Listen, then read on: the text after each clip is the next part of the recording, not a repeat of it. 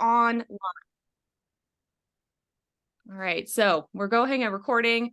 So good morning, everyone. Welcome. I'm so excited to be presenting my friend and incredible researcher in a field that I am also particularly interested in. This is was a selfish pull for me because for my personal PhD work, I am studying stable isotopes, and I wanted to get Caitlin in here to do a stable isotopes talk very bad. So it is with my distinct pleasure to introduce Dr. Caitlin Campbell, who will be talking to us about stable isotopes and bat research today. And just a couple of housekeeping things.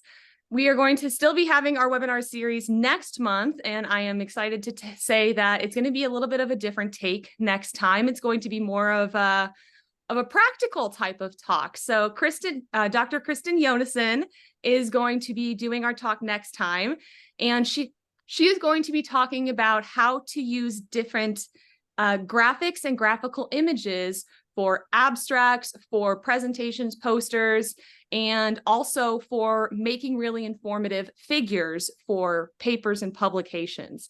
So I believe she was going to be throwing the use of comic books into the swing of things. So it's going to be a pretty good one.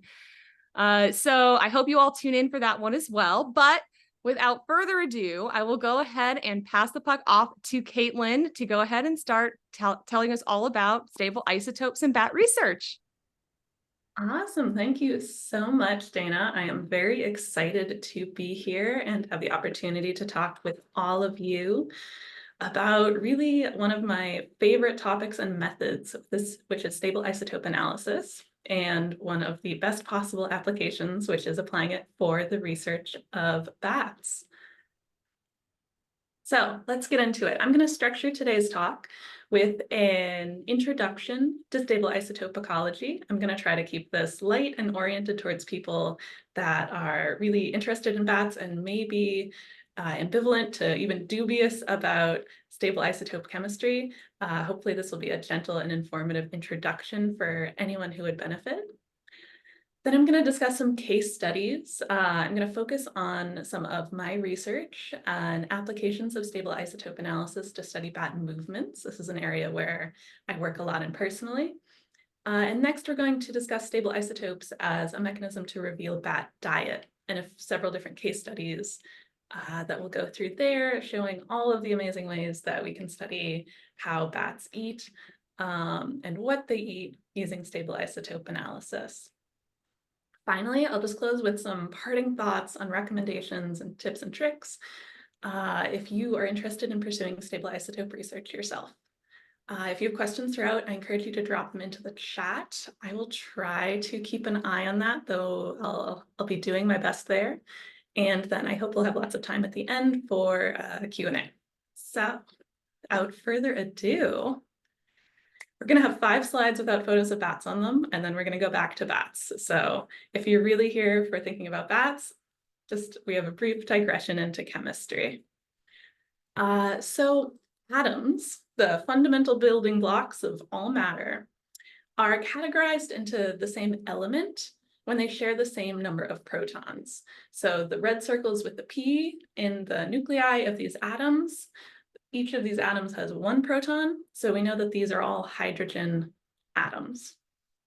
Isotopes are the same element that might have different number of neutrons. So you can see this example has 0 neutrons, and here we have a black circle with 1 neutron, and here we have 2 neutrons. So these are different isotopes of the element hydrogen. Because they have different neutrons, they have different atomic weights, but they're all still hydrogen. And these different weights can reveal some different properties and aspects of these elements and inform how they interact with the environment.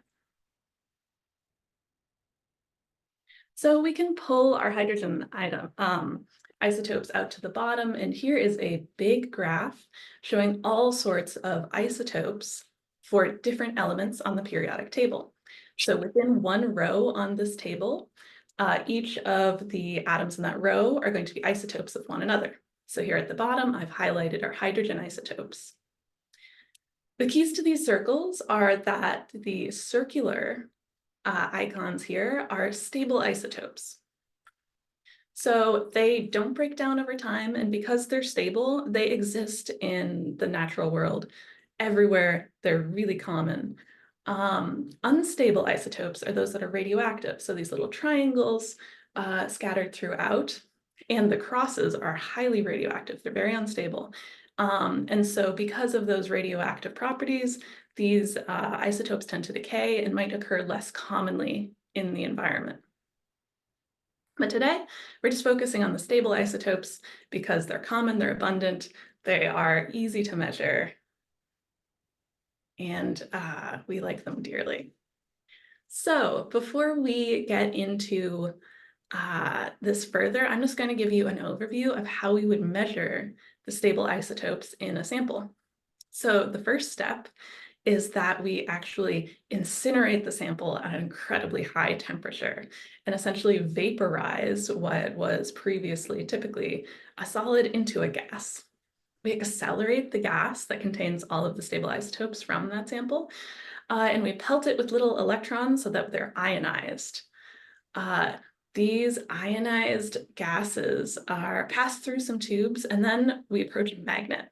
And you can think of this is perhaps like a heavier car or a lighter car, and that our lighter isotopes are going to corner a little better. They're going to hug the corner and be pulled very strongly by the magnet. And then the heavier ones are going to be just like a little bit heavier. They're going to have more inertia. So they're going to be harder to be moved by the magnet, and they're going to curve a little bit less. So then we actually get some physical separation of the stable isotopes, which helps us measure them. We catch the different stable isotopes in little cups called Faraday collectors that detect the relative compositions based on the current from those ionized gases. And essentially, we get a ratio input at the end that shows approximately how many stable isotopes of each weight we have in that sample. In reality, this is what that process looks like. On the left, we have a sampler. So the samples go in each of these numbered tubes, and it rotates around and drops those samples in one by one to be incinerated. And on the right, we have our isotope ratio mass spectrometer with some different things coupled to it. These machines are pretty fun to be around. There's a lot of buzzing and beeping and quite a lot of humming. And ultimately, these are going to be configured up to a computer that's going to tell you the measurements coming out of that sample analysis. So we report the ratio of the abundance of the heavy to the light isotopes. So our deuterium to our protium, or H2 to H1, our carbon-13 to carbon-12. So we reduce all of those big measurements now down to the ratio of interest. And these are going to be reported as a delta value. The squiggly little d is the lowercase delta. And these are actually a ratio of ratios where we standardize our measurements from our laboratory to a reference scale from the International Atomic Energy Agency. You don't really need to care too much about the details here, but know that it's a ratio of a ratio. And this little delta symbol that we see throughout is just reporting the ratio of the heavy to the light stable isotopes. So all of that said, why measure stable isotopes for ecology?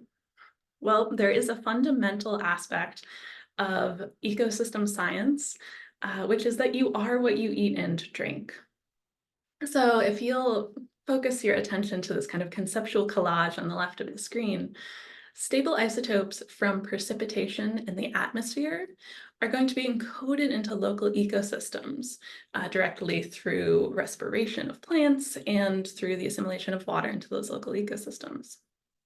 So the stable isotope composition of the environment in a particular place is going to be encoded in the local food webs, from the primary producers, the plants, to the herbivores and the carnivores.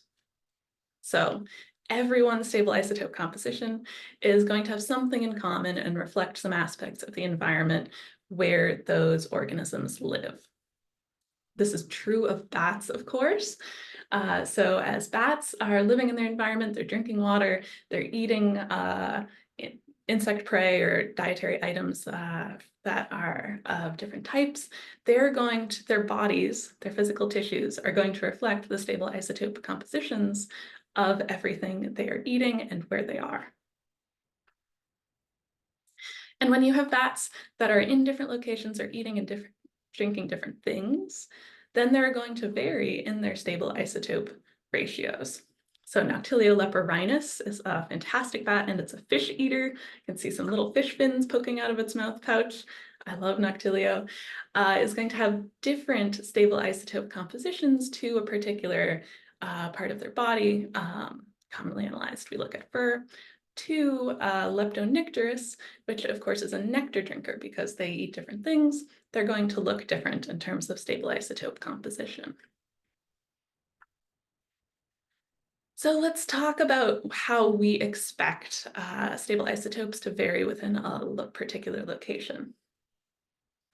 When environmental water is incorporated into local food webs, we tend to see a bit of a decrease in the stable isotope value, at least of hydrogen, down to primary consumers.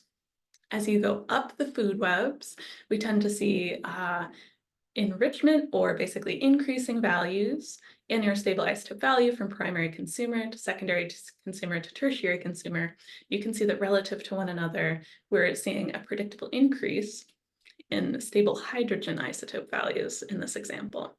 This is due to processes that include a word called fractionation, but you could essentially just think of it as because of physical processes like evaporation and biochemical processes like internal metabolisms, we see predictable changes as you go up trophic levels.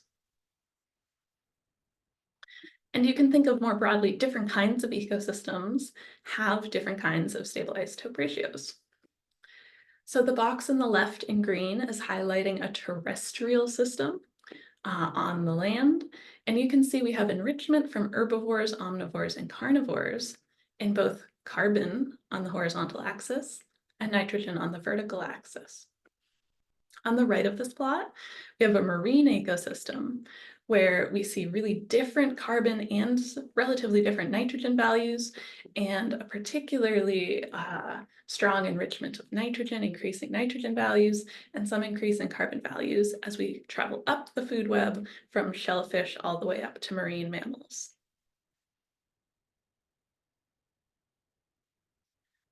Stable isotopes also vary geographically in a lot of cases.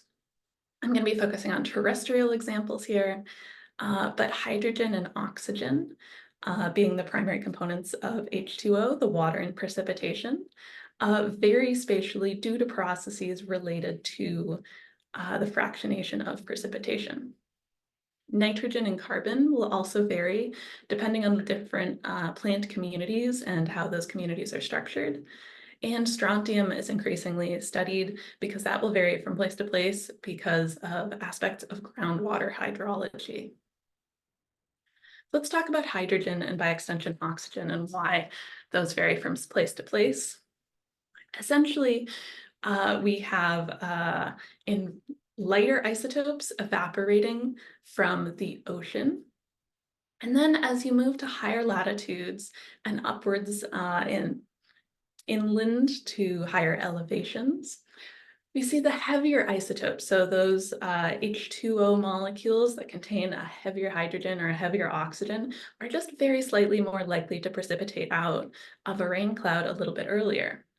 And so as rain clouds move upwards and inland, we see increasingly lighter values of stable hydrogen isotopes in the precipitation. So why use stable isotope analysis to study bats? Well, it typically represents a form of minimally invasive sampling. You only need a pretty small amount of hair, claw, or tissue. You can also apply it to previously collected specimens, including salvaged carcasses, museum specimens, or any basically like bat tissue that you have around. If you're thoughtful about it, you can analyze older things without going out and sampling fresh samples each time. You can also use a single sampling event to backcast to conditions reflecting when that tissue was formed.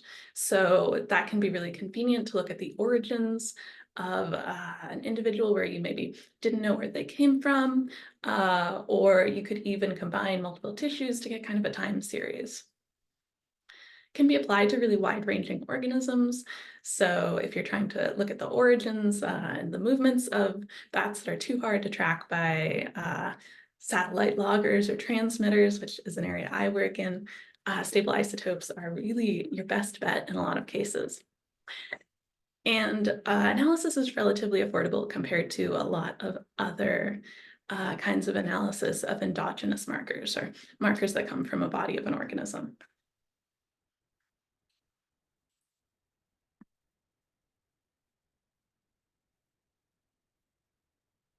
So next, I'm going to discuss some research vignettes in the study of bat movements.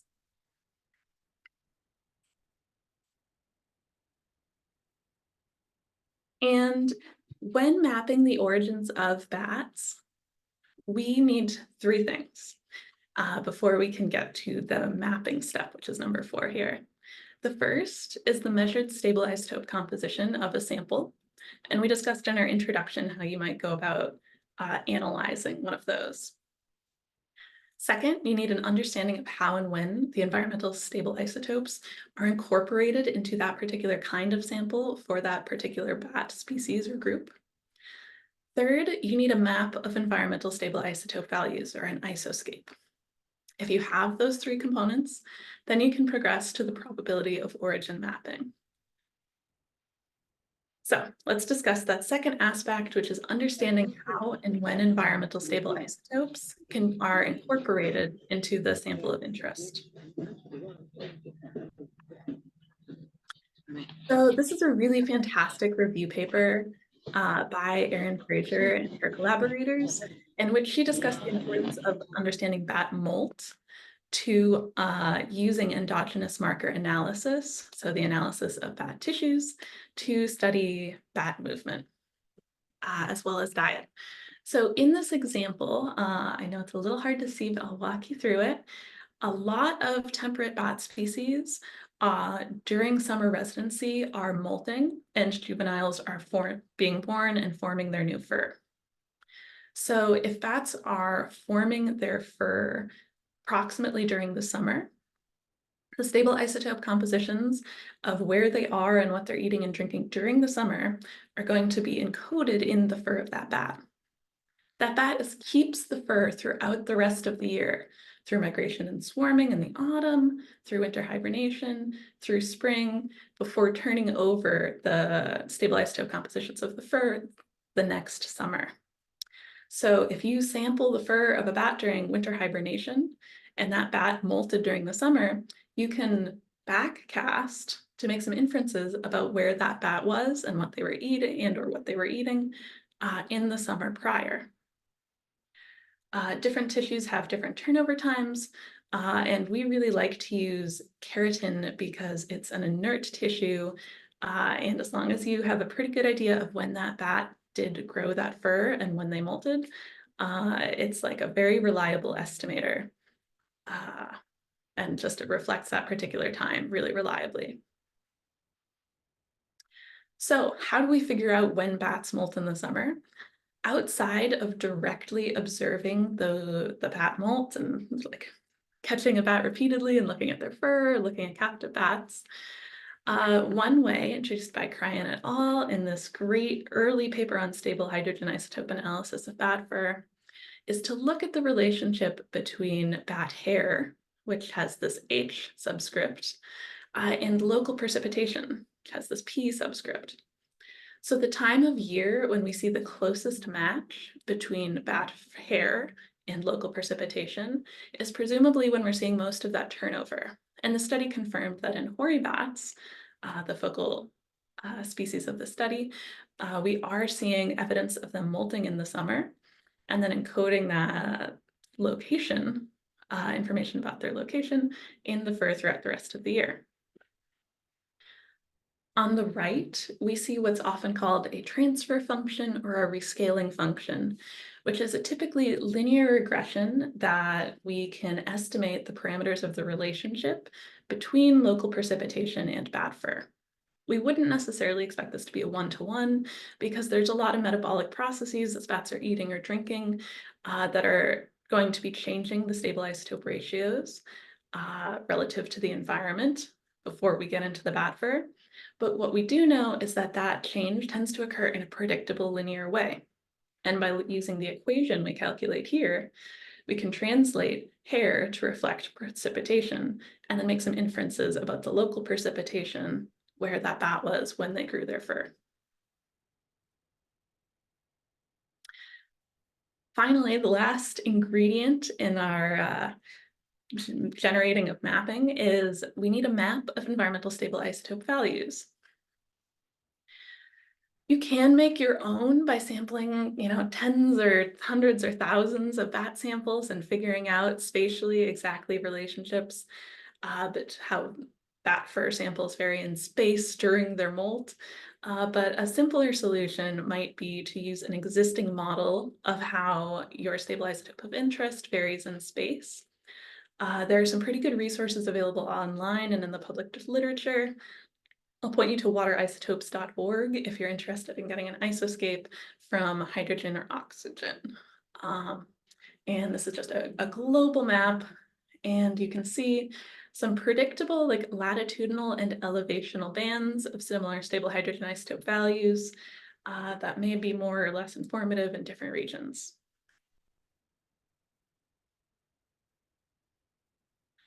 Finally, you're ready to get to what is arguably the most fun step. And that might just be me, because this is an area that I have really enjoyed working in as a biogeographer, which is the probability of origin mapping. So these days, almost all of the resources that I'm aware of to help you do your own probability of origin mapping are R packages. So packages published by researchers in the language R.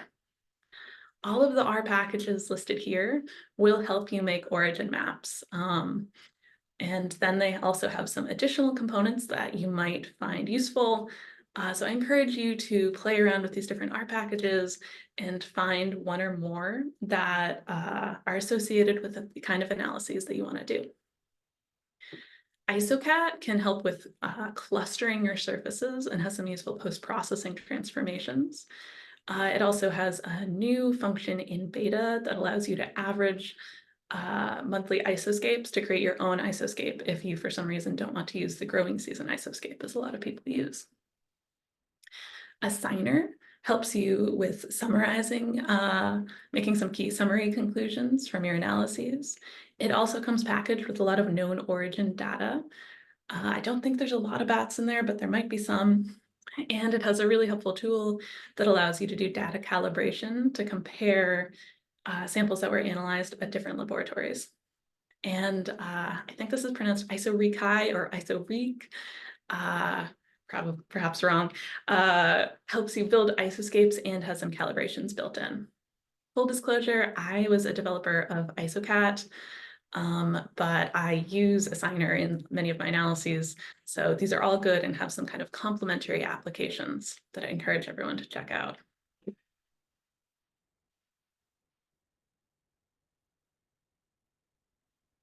And here are some curves from an analysis that we did as a case study looking at how well different post-processing transformations worked for different species of bats using known origin individuals, or those that were sampled while they were molting. Presumably, their stable hydrogen isotope values of their fur are going to be very closely aligned with that of precipitation, so we can use them to calibrate how well our models are doing. One thing that we advocated for in this paper was choosing a method that keeps your accuracy levels really consistent across different species. We also want to maximize model precision at a given accuracy level so that basically you're making the most useful maps while also making the most accurate maps possible. And we advocated for a method called quantile simulation, where essentially we standardize the accuracy such that the precision is going to be adjusted based on model performance, incorporating any error or maybe not so good model performance, such that we could compare across different species, which is pretty helpful. We also introduced a clustering algorithm, which I mentioned earlier. This is in the IsoCat package, so you can do it too. If you are making origin maps for dozens or hundreds or even thousands of samples, the direct output of that is that you're going to have dozens or hundreds or even thousands of maps. And short of writing a manuscript in which you are hoping your reader is going to look at literally thousands of individual maps, that gets really challenging very quickly, and it's difficult to draw meaningful conclusions from lots and lots of maps. So one application that we introduced is this clustering algorithm, in which we arrange individuals based on the similarity of their origins. So here we have about 400, I might be closer to 200 individual bats for a particular species.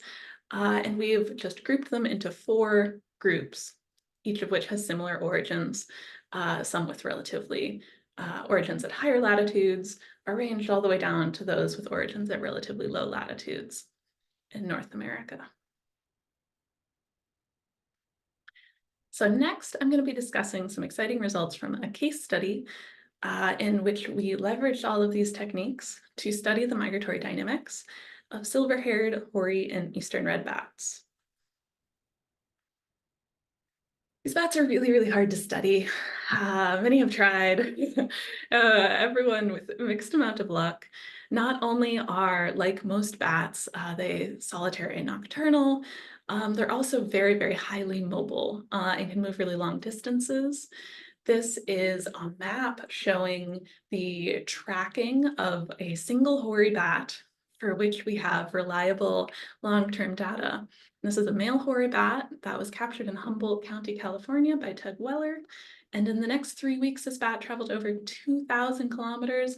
And very weirdly, it bumped up to Oregon, down to California, over to Nevada, then zigzagging through California and the Sierra Nevada, before ultimately it was recaptured the following spring in Humboldt County, California. So we think that there might be long and circuitous migratory routes, but we really don't know this because, again, this is just based on tracking very, very few individuals. And bat migration and mortalities at wind energy facilities, at wind turbines, are temporally correlated. So we see that they happen, both of these tend to be happening in late summer, early autumn, but there's no direct evidence of drivers, like is migration contributing to turbine mortalities? We don't really know, but we just know they occur at the same time of year. Additionally, if these bats are just traveling to higher latitudes in the spring and then returning to lower latitudes in the autumn, and that would be driving some interactions at wind energy facilities, we would expect to see a spike in fatalities in the spring, but we don't. We're really mostly seeing that in the fall. So what is going on here? We introduce a conceptual framework, and don't be worried about the complexity of this figure. I'll walk us through each component, in which we combine endogenous marker measurement, in this case, stable hydrogen isotope analysis, with data synthesis. We make some broad conclusions that we're able to make because we did really extensive sampling throughout the geographic range of the species of interest, as well as the stable hydrogen isotopes that occur within that range.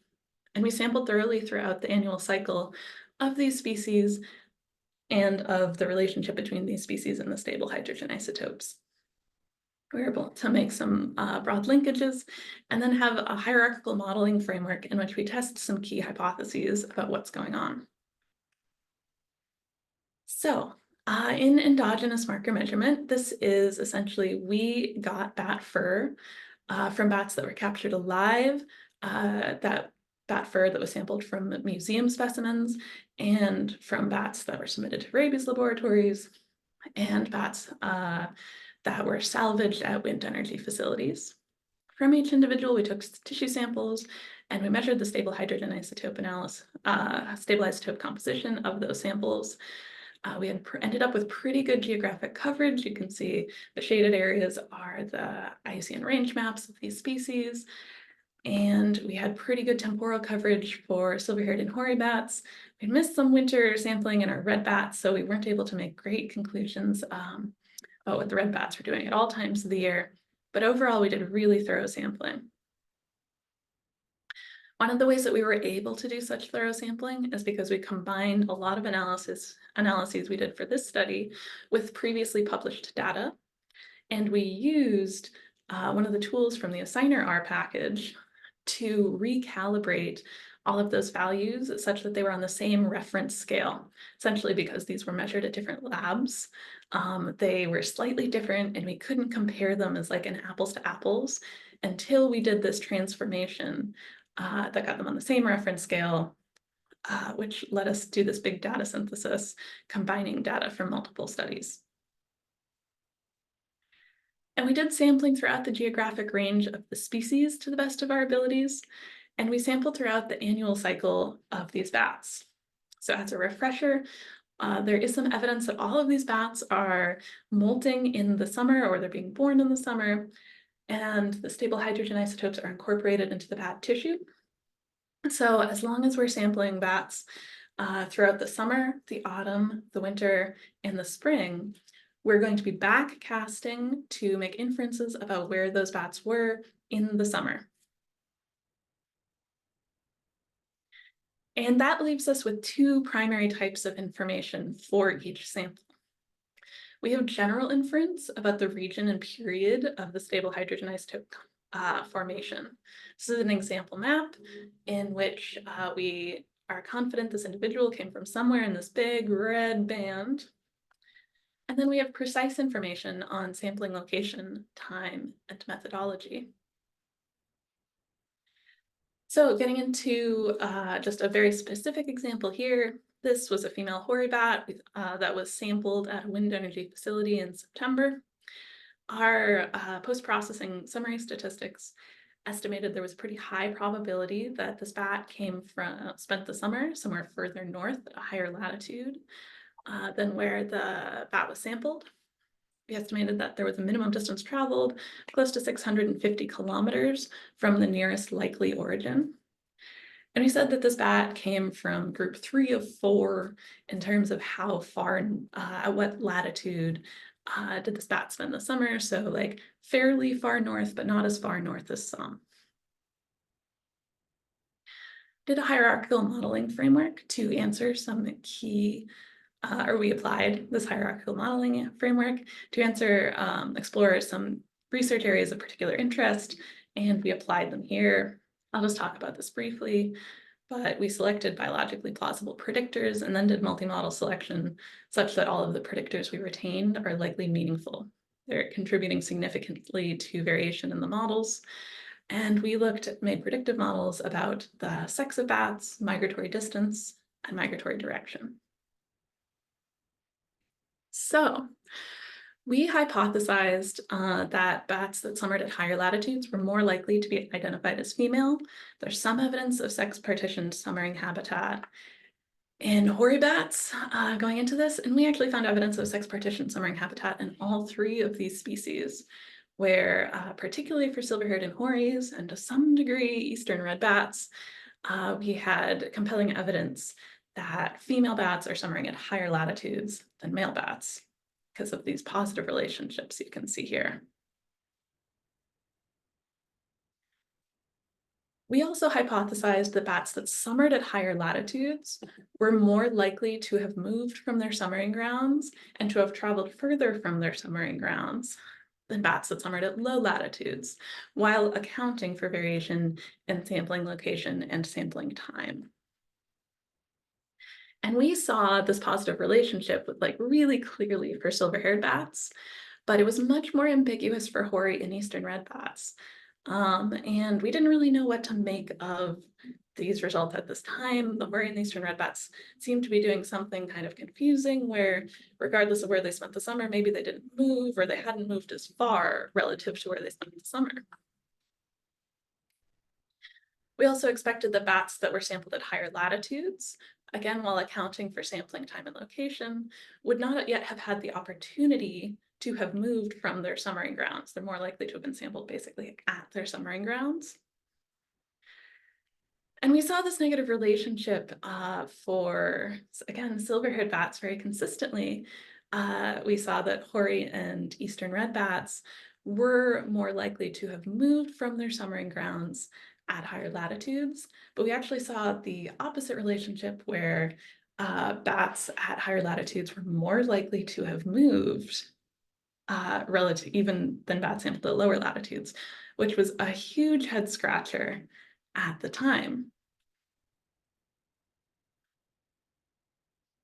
But next we looked at direction analyses. We expected to find a U-shaped curve of bats moving to lower latitudes relative to their summering grounds. So here early in the year, this is the winter, we expected bats to have moved to lower latitudes. As we move into the summer, we expect bats will not have significantly moved relative to where they spent the summer. And then as we move into the autumn and again into the winter, we expect to find more and more evidence of bats moving to lower latitudes from their summering grounds. And this is broadly what we see.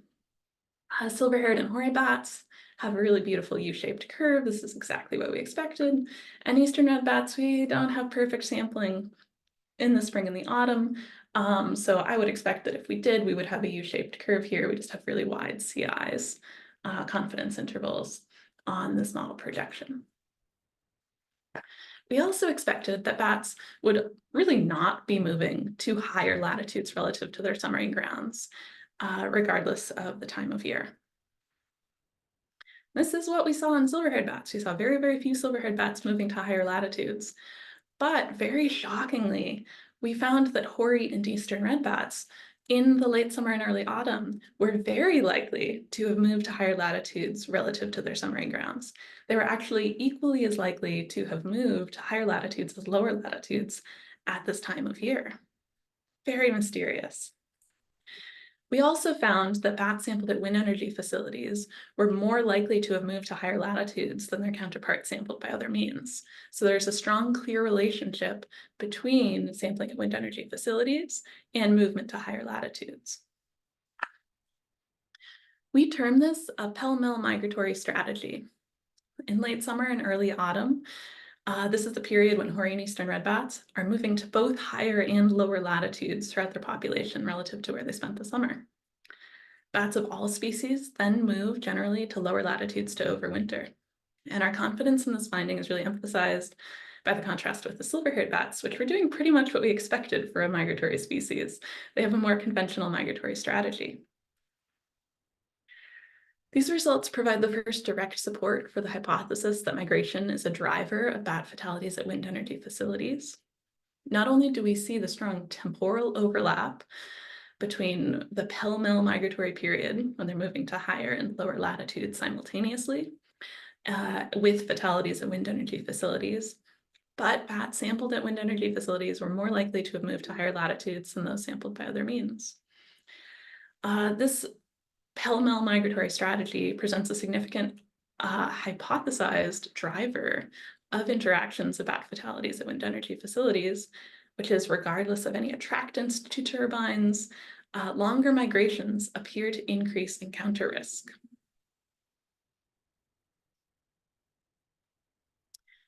We also use stable hydrogen isotope analyses with other migratory species.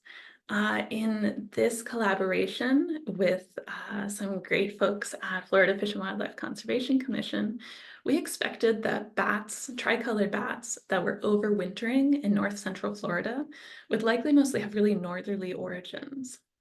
But we found that only 3 individuals appeared to have spent the summer north of where they were found in culverts in north central Florida. The vast majority of these bats actually were moving from the Florida Peninsula up north to overwinter in culverts. We found pretty clear evidence of this. Most of them were not having to move very long distances, and we think that they're likely seeking out suitably cold environments or areas with more culverts in order to overwinter for just like the few months in Florida where there might not be like suitable abundance of prey items. We have another study in prep where we're showing that Seminole bats may actually be moving north out of their traditionally defined range in the southeastern United States into the Midwest in the autumn. And we know that they're doing this in the autumn and not just expanding their range because those individuals have stable hydrogen isotope compositions that indicate they spend the summer exactly where we expect them to be, and then they move outside of their range. So there's some really cool and exciting applications coming out of stable isotope analysis of bat fur. There's lots more outside of the work that I'm doing, so I encourage you all to check it out. Next, I'm going to talk about a few vignettes in terms of stable isotope analysis to look at bat diet.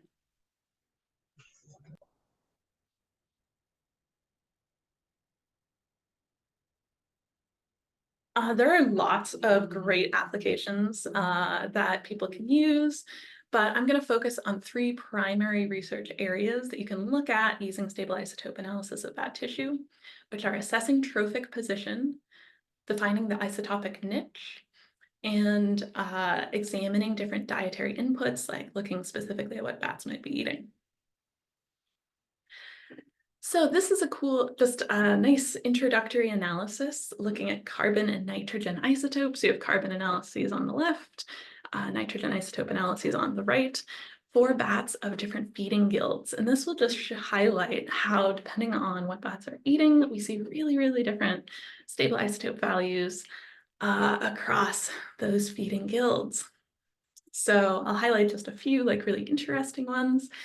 Desmodus rotundus, which is a sanguivore, a vampire bat. They're primarily consuming cow blood. And because cows are consuming a lot of grasses, they're really enriched in carbon. Compared to Diphylia caudata, which is another sanguivore that's consuming more bird blood. The birds are not eating lots of grasses, and so we have really different carbon values between these 2 species that you otherwise might think have kind of similar diets. Another really neat one is Myotis vivesi, which unlike other species here has a lot of marine inputs. They eat marine fish and inverts from the ocean, and so they have a really, really distinct stable carbon and stable nitrogen signature here. We also see that these other species are varying in their carbon and nitrogen isotope compositions, not just because of inputs, but also because of where they are in their local food webs. They're at different trophic levels. Here's a great example in which bats from different, with different trophic positions have different hydrogen and nitrogen isotope compositions. So as we move from primary consumers, so herbivorous, to intermediate consumers and secondary consumers, so those eating herbivores and eating what eats the herbivores, we see enrichment in both hydrogen and nitrogen isotope values. So if you don't know the dietary class of a particular organism, you could compare to those with known diets to try to assign trophic positions to different species. You can also define what's called the isotopic niche. So in this example, we have carbon on the horizontal axis, nitrogen on the vertical axis, and each of these dots is an individual sampled of a particular species. The colors are going to be different species, and then the dotted lines and circles are just kind of summaries of the space, and you could think of it as isotope space or the isotopic niche occupied by those species. And you can see in this example, in the dry season, these 4 different bat species appear to be consuming significantly different things. They occupy different isotope space. They have different, mostly non-overlapping isotopic niches. But then when you move into the wet season, we actually see a contraction, and these bats start eating similar things and occupying similar isotope niche space. So you can get at some really interesting questions of competition and dietary switching using stable isotope analysis as well. You can look at proportional dietary sources. The same study sampled a bunch of insects in the same location where they were doing these bat analyses, and plotted the adjusted potential dietary inputs on this plot.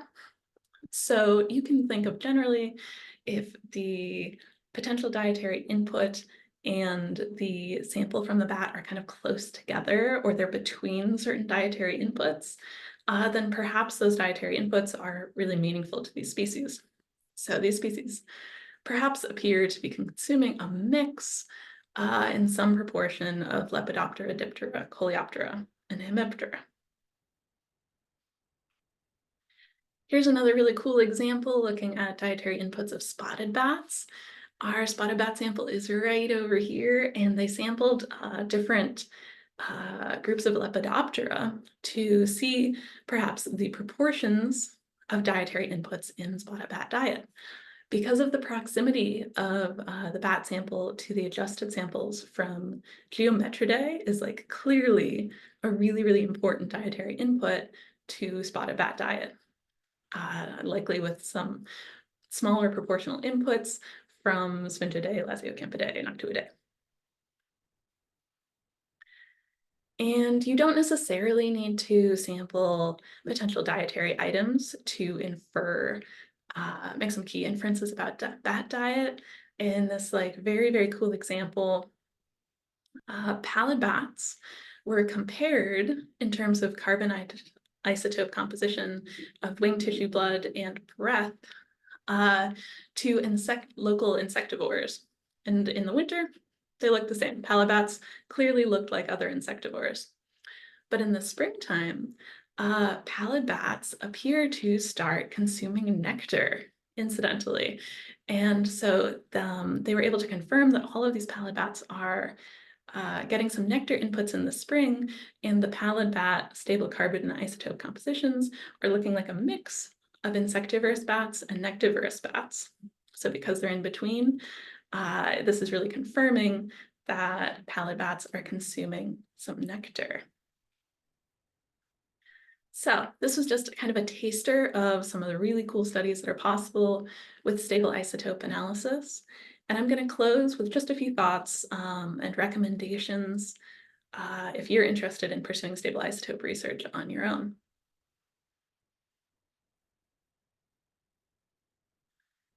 So my first bit of advice is to plan ahead. You can collect samples in conjunction with other ongoing monitoring or capture efforts. If you or a colleague are already going to be out mist netting for other reasons, it's often pretty incidental to add on some sampling of bat fur. Or if you're taking wing punches either way, you got those wing punches, you're good to go. So I always recommend, if it is acceptable and permissible and convenient, be thinking about sampling ahead of time and any sampling you might want to do. However, I also really recommend that you test out the analytical approaches you want to apply before you go through a lot of effort of collecting data. You want to make sure that you have this sufficient resolution and sample sizes to get at the hypotheses you want. It's pretty common for people to ask me like, "Ooh, I want to look at the origins of the species, to look at the migration routes," but they actually only want to see if they're moving across like county lines, or if they're moving like tens or even low hundreds of kilometers. The stable hydrogen isotope compositions that I tend to be involved with measuring like often don't give you enough resolution. So I always recommend that people do some data simulation to play around to make sure that what you're hoping to measure is actually possible to measure. You also want to ensure that you have sufficient reference data. So if you're looking at movement, you're going to want probably some known origin specimens, bats sampled during their molt period if you're looking at bat fur. You don't have to necessarily collect those if those data exist elsewhere, but make sure that you have a plan. If you want to look at dietary inputs, you're going to need to be sampling all potential dietary items that are going to have different stable isotope compositions that are going to have to be grouped thoughtfully. So just make sure that you're going to be collecting sufficient data, not just from the bats. Different analysis labs have different costs and protocols. Some will do everything for you, but it will cost a little bit more. And some you can prepare some of your samples for analysis ahead of time. I recommend that you shop around for analysis labs and look at both like your network and what's been published in the literature. And it never really hurts to like kind of reach out and ask if you're interested in doing this kind of study. Finally, stable isotope analysis works really, really well as like a low-cost complement to other resource-intensive analyses. So as an example, if you are doing metabar coding or fecal analysis, which are like generally pretty costly in terms of time or literal cost, you might consider doing stable isotope analysis of those samples and other samples that you weren't able to analyze. Because if you link up multiple types of analysis, you can use stable isotopes to dramatically increase your sample size, which can make for much more robust studies. So I always recommend that people consider that if that would work for their system. And with that, I am thrilled to entertain any questions. Feel free to reach out to me via email, or all of my contact information is on my website listed below. I want to thank all of my collaborators and funding sources, and thank you all very much for your attention. All right, so thank you so much, Caitlin. That was absolutely fantastic. Lots of information about stable isotopes for sure. So if there's any questions, feel free to put them in the chat. Raise your hands in the group. And otherwise, we'll give it a few minutes. And yeah, thank you all so much for coming in today and for participating in our webinar series. We always love to have a good crowd, and there's a lot of us today, so that's awesome. So thank you so much for being here today. And just as a quick reminder, there's going to be our webinar next month for May is going to be given by Dr. Kristen Jonassen, and she will be talking about using graphics, mostly like how to communicate science well using images rather than text, because not everyone communicates best using the written word, and using incredible graphics to explain cool science is becoming more and more popular. So feel free to sign up for that as well whenever we start getting our flyers and links together. So that'll be next month. All right, well, it doesn't look, oh. Me endorsing Kristen. Nice. They are. Kristen's graphics really are amazing. She's an incredible researcher and scientist, has also worked with BCI as well. And she's been making incredible, informative science-based graphics for years and years now. And it seems like it's ramping up even more now, which is really cool.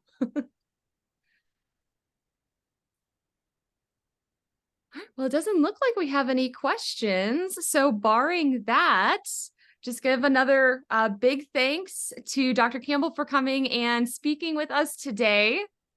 And otherwise, I think we can go ahead and log off if there's no questions. Right on. Thank you so much for having me. It's been a pleasure. Yeah. Thank you, everyone. We'll go ahead and log off and I'll stop recording.